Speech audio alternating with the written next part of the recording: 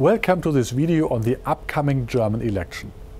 This weekend there are general elections in Germany. In the polls, the Social Democrats have a lead of 3.5 percentage points over the Christian Democrats. But the polling institutes put the margin of error at 2 to 3 percentage points. Therefore, the Social Democrats have not yet won the election, especially since the share of undecided voters is unusually high this time. Which parties will form a coalition largely depends on the question who becomes the largest party. If it's a Social Democratic Party, the Greens would probably be on their side and they only need to convince the Liberals to join them. If on the other hand, the Christian Democrats turn out to be the biggest parties, the Liberals would be at their side and the two would have to convince the Greens.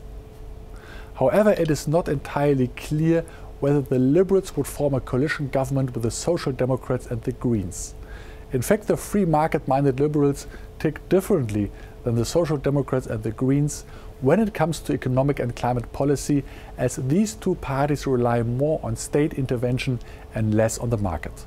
But an agreement would still be conceivable if the Liberals could prevent higher taxes in such a coalition. A new federal government has a lot to do given the huge reform backlog in Germany. Most important is to speed up Germany's notorious slow approval procedures for public infrastructure investments. It can't be that the construction of a new road takes 20 years in Germany.